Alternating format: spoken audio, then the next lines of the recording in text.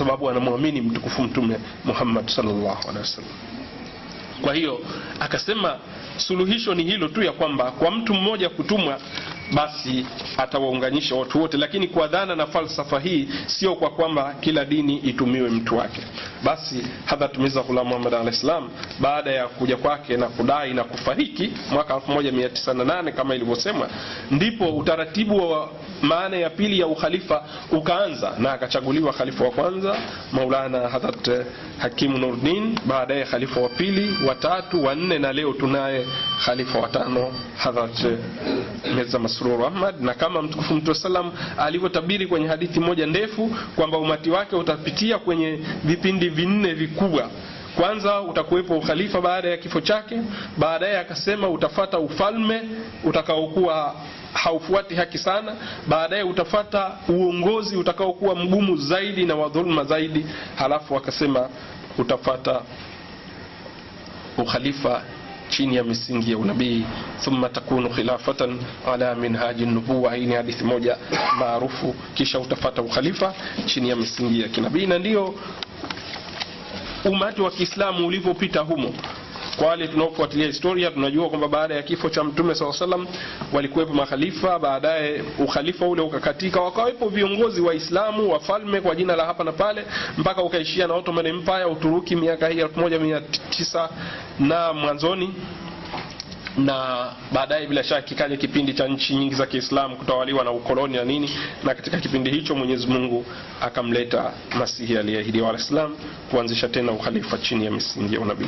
Ndugu zanguni, nimalizie kwa kurudi sasa kwenye mada hile kuu, baada ya huo utangulizi mkubwa ambao nilidhani ni wa muhimu kwa ajili ya kuielewa mada hii. Ukhalifa kwa maana ya uongozi huu ambao unamwakilisha Mungu pekee ndio unaoweza kusimamisha amani, na nitatoa mifano miwili mitatu ingawaje ipo mingi mno. Bila shaka ukhalifa kwa maana ya uongozi ndio pekee unaoweza kuwaweka watu pamoja kwa kukubali kwamba huu ni mwongozo kutoka kwa Mungu, wakakaa pamoja, ndipo ambapo umoja, upendo na maelewano unaweza ukapatikana. Na angalieni leo kwa mfano, kupitia kwa kutokuwepo khalifa, umma wa dini moja tu, kwa mfano Waislamu, wanavogombana, wanavozozana, wanavochukiana, wanavohangaika katika kila mambo, na hata inaonekana kana kwamba si watu wa dini moja.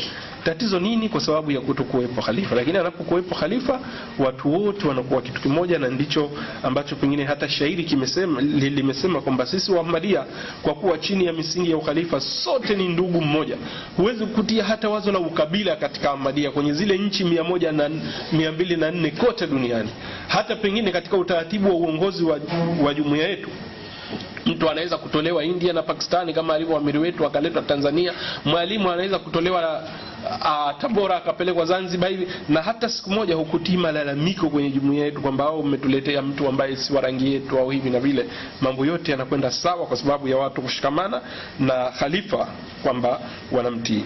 Wazo la pili ambalo ni muhimu sana katika kuleta amani ni hili ya kwamba anapokuwepo khalifa, Waislamu wanakuwa na msemaji mmoja, wanakuwa na kichwa kimoja, anaposema anawawakilisha wote. Lakini katika hali ya leo, kwa mfano, yanapotokea matatizo hata ya dunia, tunaona matatizo ya nchi za Kiarabu, shekhe wa nchi hii anasema hiki, wa nchi hii anasema hiki. Shekhe wa Misri anataka hivi, shekhe wa pengine kama ni mufti wa Saudi Arabia anasema hivi, mufti wa Syria atasema hivi, lakini kiongozi wa kidini wa Irani atasema la kwake, hivyo hivyo na kila nchi.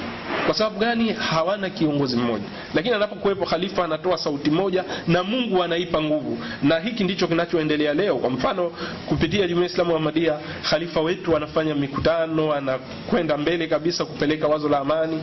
Mwaka jana tu kwa mfano, khalifa wetu mtukufu ameongea na wabunge wa Uingereza, wa bunge la Uingereza, ameongea na wabunge wa bunge la Marekani, ameongea na wabunge wa bunge la nchi za Ulaya, ameongea na wabunge wa nchi mbalimbali, akipeleka wazo hili tu la kwamba jamani, tuishini kwa amani, dini na ukabila na nchi na nini zisilete mtafaruku, na kila mtu ashike njia ambayo inaweza ikatupeleka kwenye amani, uadilifu, haki, upendo na kadhalika. Na anafanya hayo sio kwa kutetea dini fulani au jambo fulani, bali anafanya hivyo kwa ajili ya Mwenyezi Mungu tu. Jambo jingine la tatu ambalo ni muhimu sana katika kuwaweka watu na hususan Waislamu kwenye amani na mwisho wa wanadamu wote ni kupata maana sahihi ya Qur'an tukufu. Na hii kazi kwa historia ya Uislamu hufanywa tu na kiongozi ambaye khalifa bila shaka ni kiongozi mkubwa katika hili.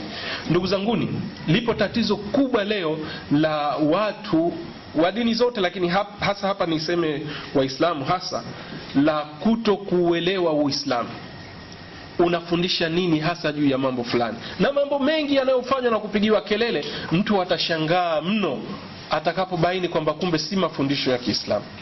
Liko wazo la jihadi leo ambalo linaeleweka vibaya mno. Waislamu wa makundi mbalimbali, wawe ni Al-Qaeda, wawe ni nani, wawe ni Ikhwan Brothers wa Misri, iwe ni Jamaati Islam ya Pakistan na kadhalika, wanayo mawazo ya ajabu juu ya jihadi, juu ya mambo mengine. Wako ambao wanaamini kwamba kiongozi asiye Muislamu wa nchi wewe ni kupigana naye tu. Wako ambao hata wanaoamini kwamba serikali isiyo ya Kiislamu, ikiwa nyinyi ni Waislamu, lazima mfanye juu chini muingoe, chini juu, hata kwa fitna yoyote muingoe. Na makundi kama Ikhwan Brothers wa Misri, hizo ndio falsafa zao, makundi ya Al-Qaeda na kadhalika. Na tunaona matokeo yake vurugu, mapinduzi kwenye nchi, wakati fundisho safi la Kiislamu ni kwamba ni marufuku kabisa na ni haramu kuto kumtii na kumuondoa madarakani kwa mbinu na hila kiongozi yoyote aliyepo madarakani, iwe ni wa dini, iwe ni wa kabila, iwe ni wa rangi yoyote. Ni haramu. Na hakuna fundisho mtukufu Mtume sallallahu aliloonyesha hata kwa ishara kwamba kiongozi kama si wa dini yako unatakiwa umuondoe kwa hila, fitna na kadhalika. Hilo ni moja tu, lakini mafundisho mengine mengi, labda nitaje moja mtashangaa nyote, hususan wale ambao pengine watasikia kwa mara ya kwanza. Majuzi katika nchi ya Pakistan, dada mmoja alipigwa mawe baada ya kuhukumiwa mbele ya mahakama. Wala watu hawakusubiri sijui chombo gani, kwa madai kwamba sheria ya Kiislamu inataka mzinifu apigwe mawe. Naomba wote changamoto, muulizeni shekhe yoyote, hebu nionyeshe aya ndani ya kitabu hichi inayosema mzinifu amehukumiwa kupigwa mawe mpaka auawe. Mate yatakauka na koo itakauka. Hakuna mwanaulama atakaye kuonyesha aya inayosema Mungu amehukumu mzinifu apigwe mawe mpaka auawe. Haipo katika aya zote za Qur'an tukufu. Watu wanaweza kukwambia hiyo hukumu Mtume salamu aliifanya ndio, lakini haikuandikwa kwenye Qur'ani. Akili ya kawaida inaweza kuhoji hukumu ngumu kushinda zote. Mungu mwenye hekima asiandike ndani ya kitabu, aiwache ielee tu kwenye hewa. Hata sheria ya bunge lolote haiwezi kukubali sheria ya kumuua mtu isiandikwe kwenye sheria ya nchi. Majaji tu watumie wenyewe huku na huku kwamba huyu auawe kwa sababu ya sheria ya bwana fulani aliitaja siku gani. Haiwezekani. Kwa hiyo sheria ya kumpiga mawe mtu mpaka afe haimo ndani ya kitabu, na kwa sababu haikuandikwa kwenye kitabu, sheria muhimu sana ya maisha ya mtu, haiwezekani kamwe iwe ni sheria ya Kiislamu. Lakini watu wanasema hivyo na wanafanya hivyo. Huu nakupeni mfano mmoja tu muone jinsi gani mafundisho ya Kiislamu yalivyoeleweka vibaya mno. Na hakuna jambo baya ndugu zanguni kama dini inapoeleweka vibaya. Dini ni kama silaha iliyo na makali pande mbili.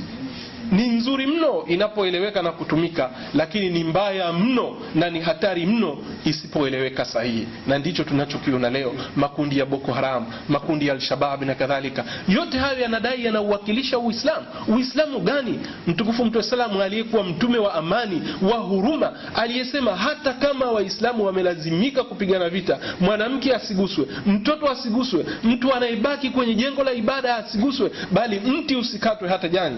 Uwateke watoto wa watu useme unamwakilisha mtukufu Mtume sallam. Mtukufu Mtume sallam aliyekataza hata mtu kama amepata shida gani kujimaliza mwenyewe kufa, hata kama imebaki sekunde moja, na akasema huyo atakwenda katika moto wa Jahannam. Mtu wafundishe watu kwamba wavae mabomu wakaripue mtu na yeye mwenyewe aripuke? Fundisho gani hilo? Alafu unasema wewe ni shekhe wa Kiislamu? Kungekuwa na upotofu na kuacha mafundisho kiasi gani. Lakini hayo yote yamekuja kwa sababu watu hawana kiongozi anayeuelewa Uislamu, na hilo leo lipo tu katika jumuiya. ya Waislamu wa Ahmadiyya. Na kwa hiyo khalifa anaposhikwa na kueleweka, amani ya kweli inaweza kupatikana, kwa sababu haya yote anayafundisha, na ndio jumuiya ya Waislamu wa Ahmadiyya msimamo wetu, na ndio mafundisho yetu, si kwa kubuni wala kwa kumuonea aibu au huruma mtu fulani au kumlipiza kisasi, bali ndio mafundisho ya kweli ya Kiislamu. Na mwisho, najua muda nitumie dakika 2 tu kusema ya kwamba jambo jingine muhimu lilo msingi wa amani kupitia ukhalifa ni kuwaita watu kwenye uchamungu. Uchamungu, ndugu zanguni, kumcha Mungu kwenye dini ndio msingi wa kila kitu, na lazima awepo mtu saa zote wa kuwakumbusha watu kwamba jamani, tuweni wacha Mungu, tuwe wema, tuwe na kila sifa. Na mtu huyo kwa asili ya dini ilivyo, mtu hawezi kujifunga kwake kumsikiliza kama hamjakubaliana. Katika islahi ya Kiislamu inaitwa mnachukua ahadi ya utii, kwamba mimi bwana shekhe au nani, wewe ni kiongozi wangu, nitakusikiliza kwa utakachosema. Na hiyo inakuwa ni ahadi ya kufa na kupona, inaitwa bayat. Katika hali ya leo mtu anaweza kusema mashekhe wengi wanahubiri jamani tufanyeni wema na nini, lakini wanamhubiri nani, kwa mkataba gani? Shekhe anaingia msikitini anasema anayosema, pengine wengine wanajua bwana, na huwezi kumshika yoyote kwa bwana hiki tukifanye hiki ni wema. Inakuwa tu ni maneno ya hewani yasiyokuwa na maana yote. Lakini pale anaposhikwa khalifa, kwa sababu upo mkataba wa kwamba mimi nitakusikiliza na kukutii kwa kweli kabisa kwa ajili ya Mwenyezi Mungu, marekebisho makubwa yanapatikana na tabia njema nyingi zinajengeka, na mfano huo tunao kwenye jumuiya ya Uislamu Ahmadiyya. Bila ya hivyo, ndugu zanguni, dini inakuwa ni bla bla tu, haina mabadiliko yote. Jana nakumbuka, au hasa ilitokea kwa shughuli za kiofisi, nilitumwa kwenda ofisi ya TRA kufuatilia mambo fulani bila shaka ya kiofisi.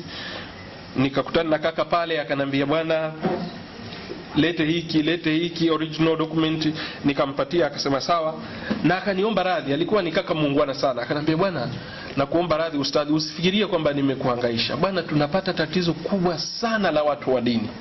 Watu wengi wa dini wanakuja hapa, wanaomba hiki. Mtu analeta gari la milioni 400 500, anasema asamehewe ushuru. Gari lile baada ya siku 3 mnamuona anaendesha mtu, wala halipo kwenye majengo ya ibada na kadhalika. Kwa hiyo bwana, yani hii ndio hali ndugu zanguni, kwamba watu wa dini kwa sababu ya kutokuwa na mtu anayetuongoza kwenye ucha Mungu, tunakuwa wabaya kuliko hata wasio wa dini. Kwa hiyo ukhalifa huu ambao leo tunauadhimisha, ndugu zanguni, lengo lake ni kuwaita wanadamu wote kwenye haya ambayo tumeyataja, ili sote tumuelewe Mwenyezi Mungu wa kweli, tushikamaneni vizuri. Dini zetu na imani zetu hazitakiwi ziwe sababu ya kutugawa, bali ziwe sababu ya kutuunganisha, na muomba Mwenyezi Mungu atusaidie sana juu ya hilo. Wa akhiru da'wana alhamdulillah. Asalamu alaykum. Asante Mwalimu Abraham Niame kwa hotuba yako. Kwa hiyo namuomba mgeni wetu rasmi ambaye ni balozi wa nchini India aweze kuja kutupa nasaha zake chache katika maadhimisho yetu haya ya leo. Karibu. Assalamu alaikum.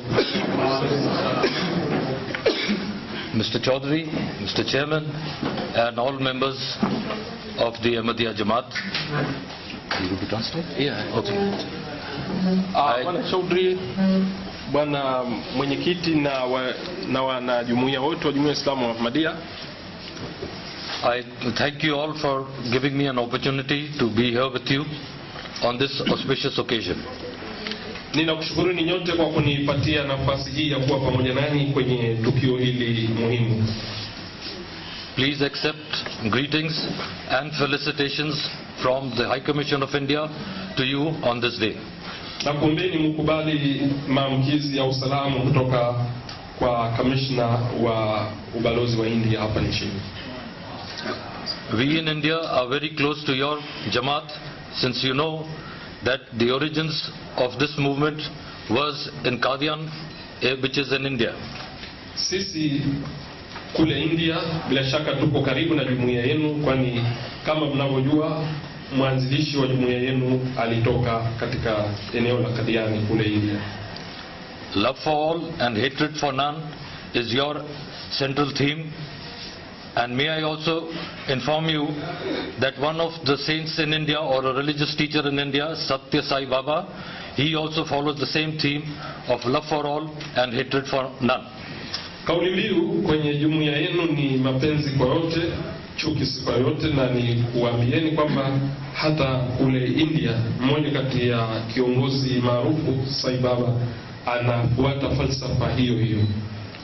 No matter what our faiths are, the underlying theme is service to mankind and good for all. Haijalishi dini inafuata mrengo gani, kilicho cha msingi ni kuwahudumia wanadamu. If all of us were to follow this in our own small way, this world would be full of peace and would be a paradise. Kama sote tufuate falsafa hii sawa na uwezo wetu, basi kwa kweli dunia yote itabadilika na kuwa ni pepo.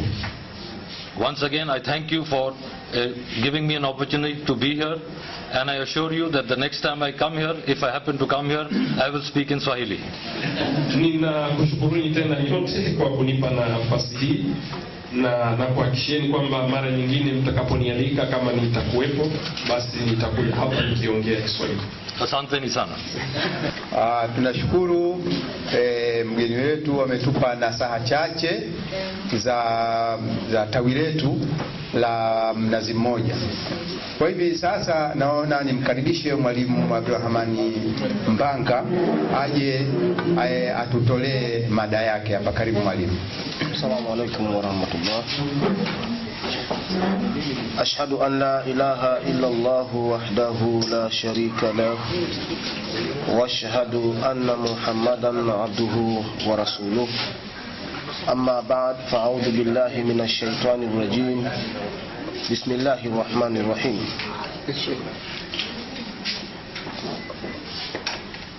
Mheshimiwa Amir Jamaat Ahmadiyya Tanzania, Rais wa tawi la Mnazi Mmoja, pamoja na wageni wengine waalikwa, tungependa kutoa shukurani zangu kwa kupewa mwaliko huu kushiriki katika siku hii adhimu, bali pia kupewa heshima ya kutoa mada katika mkutano huu mtukufu. Kama ilivyotangulia kusemwa kwamba mada inayofuata inahusu khalifa na uongozi. Bila shaka msemaji aliyetangulia amefanya kazi kubwa katika zile ambazo zilitakiwa pengine nizifanye. Kwa hivi basi, kutokana na msaada wake huo, nitaanzia pale alipoachia yeye, na kwa hivi nitakuwa nimekamilisha japo kidogo katika jukumu nililopewa. Ieleweke kwamba ukhalifa ndio uongozi wenyewe, na kwamba nje ya ukhalifa uongozi wowote unaokuwapo huwa si uongozi uliokamilika na unaoweza kuleta matokeo mema katika maisha ya mwanadamu.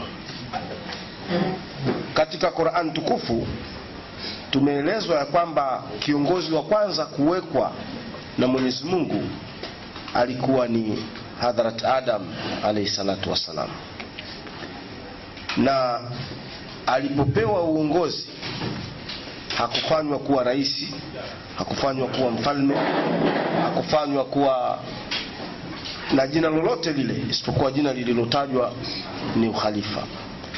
Qur'an tukufu imesema, wa idh qala rabbika lilmalaika inni ja'ilun fil ardi khalifa.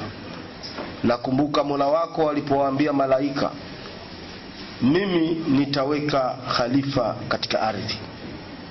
Malaika pengine kwa kutojua ubora, umuhimu wa uongozi, walileta hoja ambazo zimekaririwa pia ndani ya Qur'an tukufu, wakisema ataj'al fiha man yufsidu fiha wa yusfiku dima. Je, utamweka humo mtu ambaye atafanya uharibifu na kumwaga damu? Wa nahnu nusabihu bihamdika wa nukaddisu lak. nasi tunataja utukufu wako na tunakutukuza. Mwenyezi Mungu alilojibu akawaambia, ana a'lam ma la ta'lamu, mimi nafahamu yale ambayo nyinyi hamuyafahamu. Katika maelezo haya mafupi yanayoelezwa ndani ya kitabu kitukufu cha Waislamu, inaonyesha ya kwamba uongozi ulipokuwa unaanza duniani kulikuwako pia na migogoro juu ya kukubaliwa kwa uongozi ule. Kwa maana hii ni bishara ambayo itabaki milele, kwamba uongozi wowote utakapowekwa katika nchi, lazima uongozi huo utapatwa na migogoro fulani, na migogoro hiyo haiwezi kuondoka kwa akili za watu, kwa mijadala katika vyumba vilivyofungwa, bali migogoro hiyo itaondoka tu kwa msaada wa Allah. Na ndivyo inavyoeleza Qur'ani. Hata migogoro ile iliyotokea wakati wa Adam, Mwenyezi Mungu ndiye aliondoa kwa hikima yake. Na aliondoa kwa njia gani? Qur'an tukufu inasema, Mwenyezi Mungu anasema, wa allama adama al-asmaa kullaha. Alichofanya ni kumpa Adam elimu, akamfundisha namna ya kuyadhihirisha majina ya Mola wake, namna ya kuonyesha uwezo wa kuongoza, na namna ya kuonyesha fadhila ambazo Mola wake amemjalia kwa watu. Kwa hivyo hapa panatajwa sifa ya kiongozi, ni lazima awe mtu ambaye anaweza kuwa na manufaa kwa watu. Na kiongozi mwenye manufaa kwa watu hawezi kuwa kwa kujinadi, kujifanya na kujitangaza, bali ni lazima huyu atangazwe, kufanywa na kuandaliwa na Mola wake. Na hivi ndivyo ilivyokuwa tangu wakati wa Hadhrat Adam alayhi salatu wasalam. Si imani yetu wa Ahmadiyya kwamba Adam ni mtu wa kwanza. Kwa hivyo tunapoeleza juu ya uongozi wa Adam, hatuelezi kama inavyosemwa ya kwamba ilikuwa kwanza aletwe kiongozi alafu ndio watu waje, bali Mwenyezi Mungu anasema katika Qur'an tukufu, walaqad dhalla qablahumul awwaluna walaqad ba'athna fihim mundhirina. Kila mara walipopotea watu wa kabla yao, tuliwaletea waonyaji. Kwa hiyo kiongozi hawezi kuletwa mahala ambapo hakuna watu, bali kiongozi huletwa mahala ambapo pana watu. Kwa hiyo kwa Adam kufanywa kuwa kiongozi, maana yake wakati wake kulikuwako na watu na kadha wa kadha ambayo hayafanani, na hata baadhi ya waelezaji na wanafalsafa wakafikia kufutu ya kwamba inawezekana walioishi kabla ya Adam hawakuwa watu. Hii ni kwa sababu hawakuwa na uongozi, na kwa hivi hawakuweza kuwa watu, kwa sababu utu unatengenezwa na hulka na mwongozo. Mwenyezi Mungu katika Qur'an tukufu mahala fulani amesema, subhanalladhi a'ta kullu shay'in khalaqahu thumma hada. Mola wenu ni yule ambaye ametakasika na akakipa kila kitu umbile lake kisha akakiongoza. Hata maumbile haya katika sura moja maarufu inasomwa sana katika sala za Ijumaa, Mwenyezi Mungu anasema, sabbihisma rabbikal a'la, sabihi jina la Mola wako aliye juu, alladhi khalaqa fasawa, ambaye aliumba akasawazisha, walladhi qaddara fahada, na ambaye amekadiria kisha akaongoza. Kwa hiyo hizi ni hatua za maumbile. Mwenyezi Mungu aliumba, halafu akakadiria, halafu akaongoza. Kimoja wapo kikikosekana, kiumbe huyo hatakuwa na sifa ile ya sawasawa. Na ndio maana hata wale walioishi kabla ya Adam, basi utu wao ni wenye kufanyiwa shaka na baadhi ya wanafalsafa wa kidini, na kwamba watu walioishi baada ya Adam na waliozaliwa kutokana na ukhalifa wake, hao ndio wanafanywa kuwa wanadamu, kuwa watu, kuwa waungwana na kadhalika. Hii tu ni kwa sababu ya ule uongozi. Watu wote wasiokuwa na uongozi hawawezi kuwa watu sawa sawa. Historia inatueleza ya kwamba dini ya Kiveda, yani dini ya Wahindi, ndio yenye historia ndefu sana, inayo historia ya miaka 5000.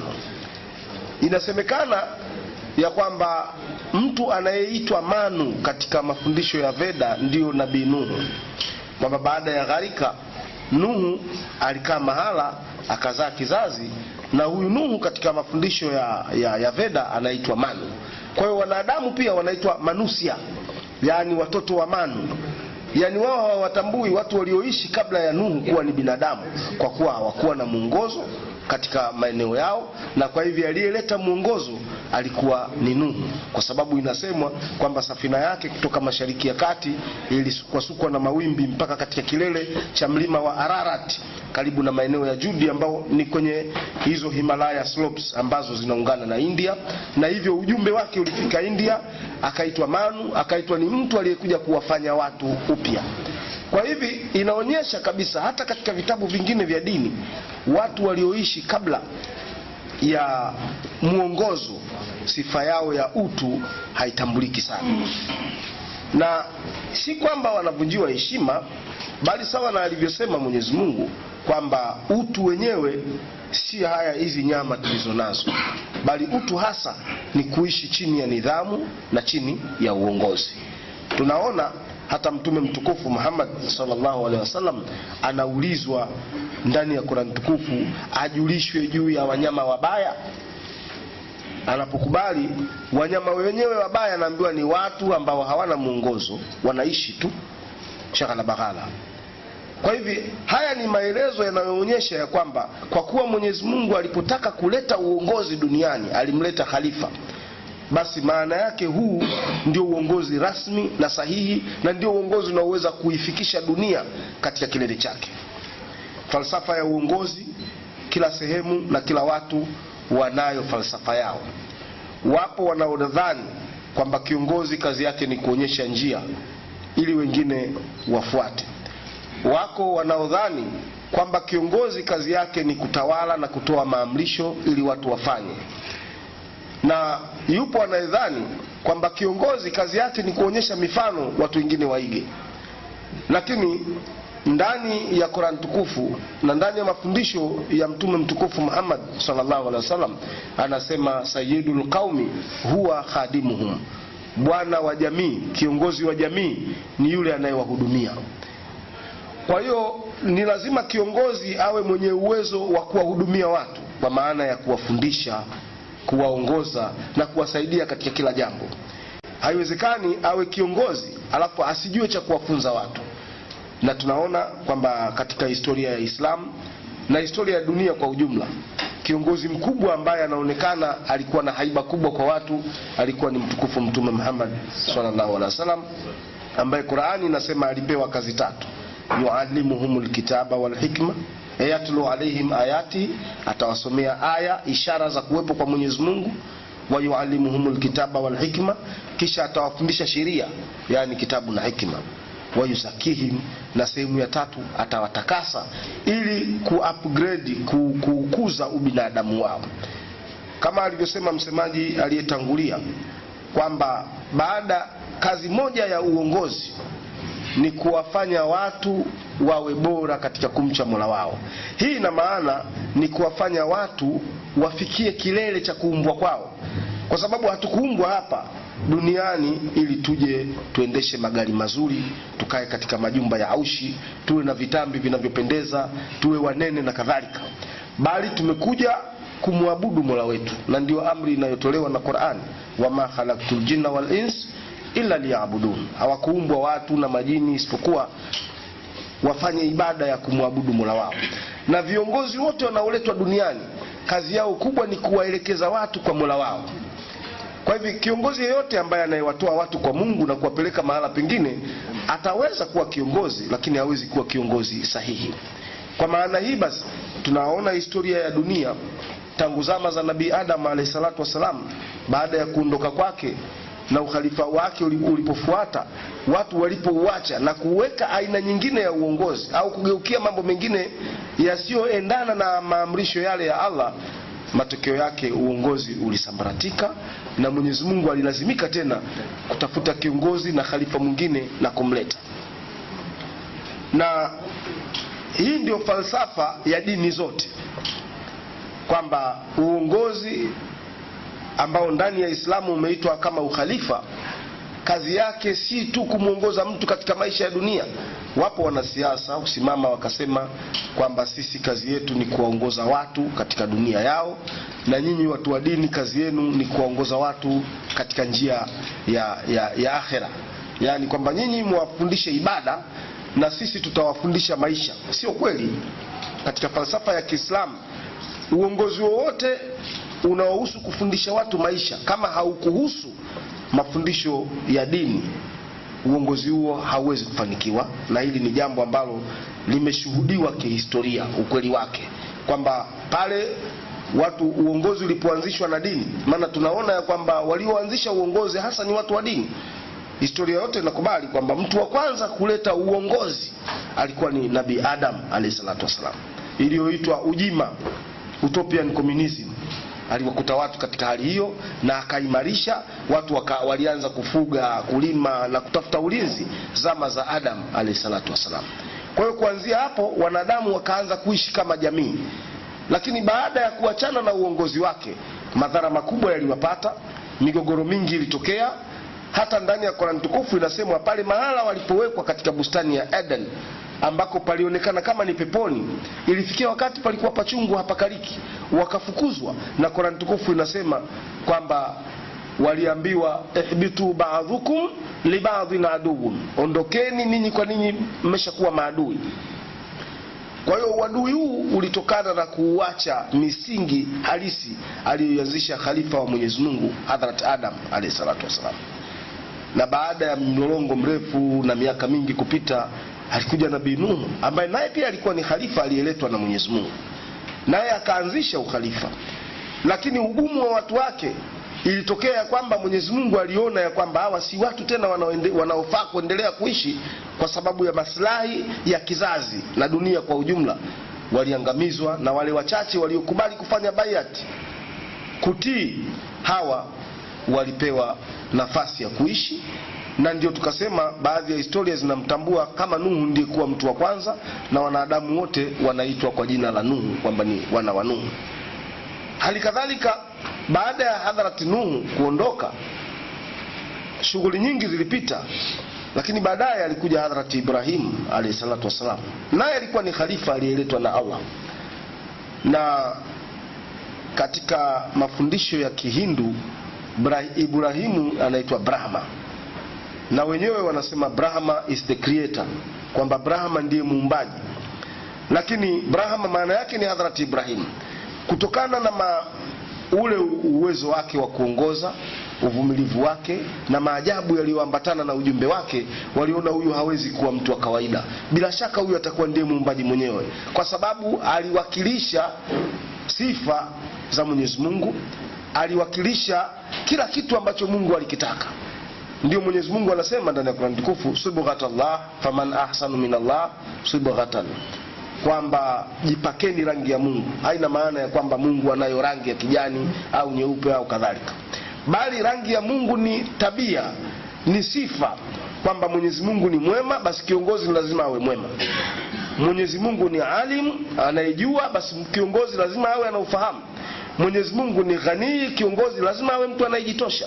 Kwa maana hii sifa hizi huwezi kuzipata katika dunia tu ya kawaida, bali sifa hizi hupewa na Mwenyezi Mungu. Na hata Qur'an tukufu inatuambia hata hao viongozi waliopewa utawala zamani, wana wa Israeli, Mwenyezi Mungu anasema wanaja'alahum a'immatun, tuliwafanya kuwa ni viongozi, yahduna biidhnillah, walioongoza kwa idhini ya Mwenyezi Mungu.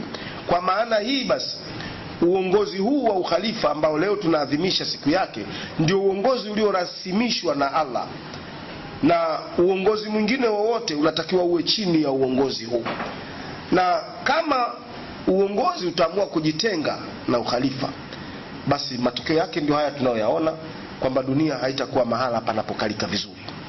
Historia inatuonyesha baada ya mtukufu Mtume Muhammad sallallahu alaihi wasallam kufariki, Hadhrat Abu Bakar Siddiq alichaguliwa na Waislamu wote kuwa kiongozi baada ya Mtume sallallahu alaihi wasallam.